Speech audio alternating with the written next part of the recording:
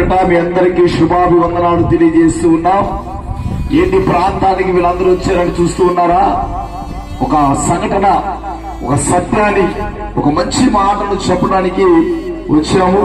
ఆ మంచి మాట చెప్పే ముందు 2020 సంవత్సరంలో మనందరికి తెలిసిన భయంకరమైన ఒక వ్యాధి వచ్చింది.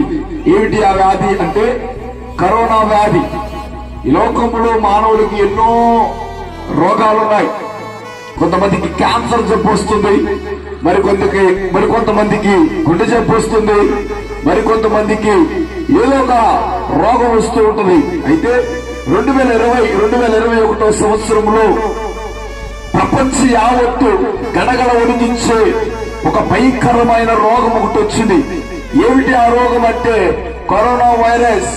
ఆ కరోనా వైరస్ వచ్చినప్పుడు పక్క నుంచి మాట్లాడడానికి కూడా భయపడేవాళ్ళు, చుట్టాలు ఇంటికి రావడానికి భయపడేవాళ్ళు, పలకరించేవారు ఉంటే భయపడేవారు, ఒక ఊరి నుంచి ఇంకొక ఊరికి వెళ్లేవారు ఉంటే భయపడేవారు. ఎందుకో తెలుసా? అది మహాభయంకరమైన వ్యాధి.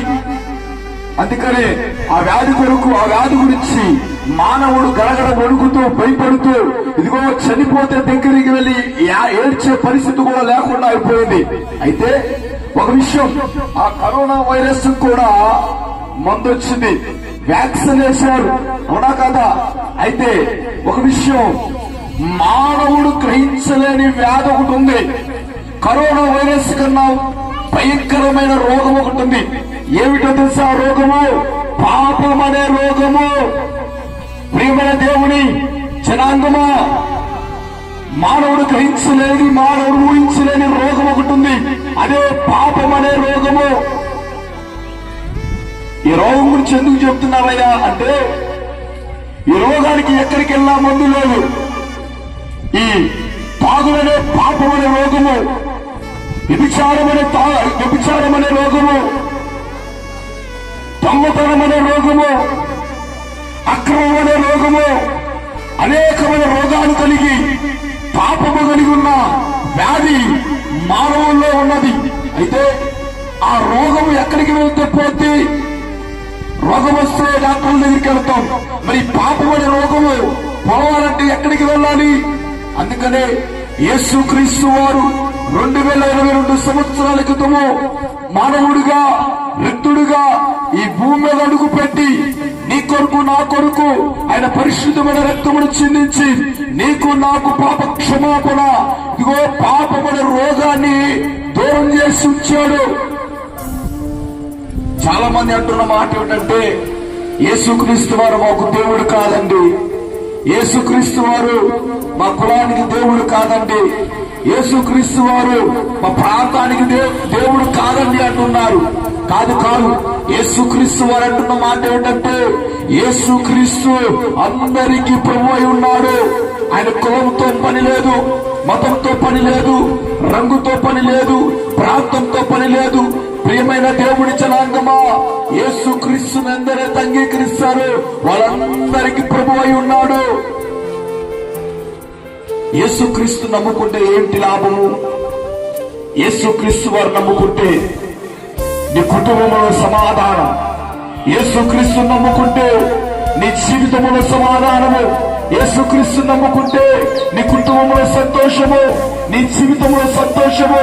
యేసుక్రీస్తు నమ్ముకుంటే అన్నిటికీ మించినది పరలోక రాజ్యము, అనగా వైకుంఠము, అనగా స్వర్గము. యేసుక్రీస్తు వారు అంటున్న మాట, నేనే సత్యము, నేనే మార్గము, నేనే జీవము, నా ద్వారా తప్ప పరలోక రాజ్యానికి ఏ ఒక్కరు రాలేరు. చాలా మంది ఎన్నో దానాలు చేస్తూ ఉంటారు. ఎందుకయ్యా ఈ దానము, ఎందుకమ్మా ఈ దానం అంటే, అయ్యా చచ్చిపోయే లోపు ఎంతో కొంత మంచి పనులు చేసి, ఎంతో కొంత దానం చేస్తే పుణ్యం కట్టుకుంటాం, ఆ పుణ్యాన్ని బట్టి ఇదిగో స్వర్గానికి వెళ్తామయ్యా అని అంటూ ఉంటారు. కానీ మానవుడు ఈ భూమి మీద చేసిన ఏ ధర్మ కార్యమైనా సరే అది భూమి మీద ఉన్నంత కాలమే దాని ప్రతిఫలము.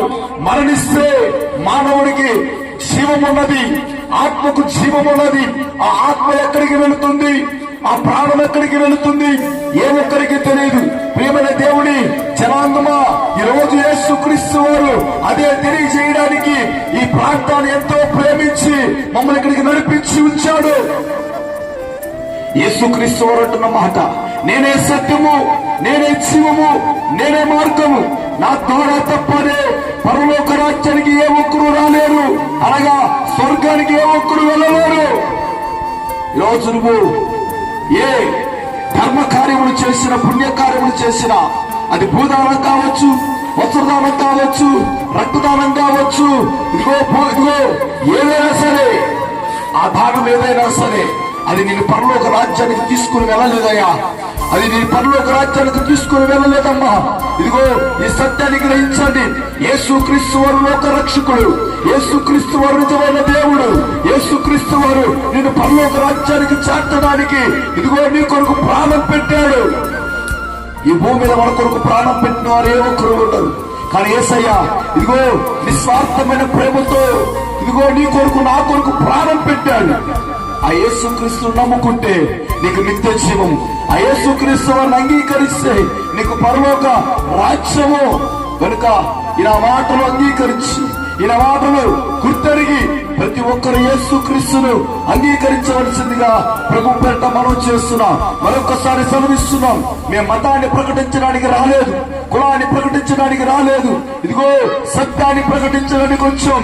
ఏమిటి ఆ సత్యం అంటే, ఇదిగో ఈ లోకంలో లోకరక్షకుడు ఎవరైనా ఉన్నారంటే ఆయనే ప్రభువైన యేసుక్రీస్తు వారు.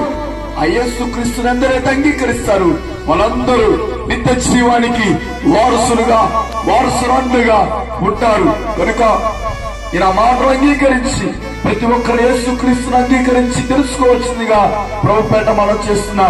అయ్యా మాకు కూడా యేసుక్రీస్తు వారు కావాలని ఎవరైనా అనుకుంటే, ఆశపడితే మీకోసం మీ ప్రార్థన కొరకు మేము ప్రార్థన చేస్తాం. ఉన్న చోటే మీరు కళ్ళు మూసుకొని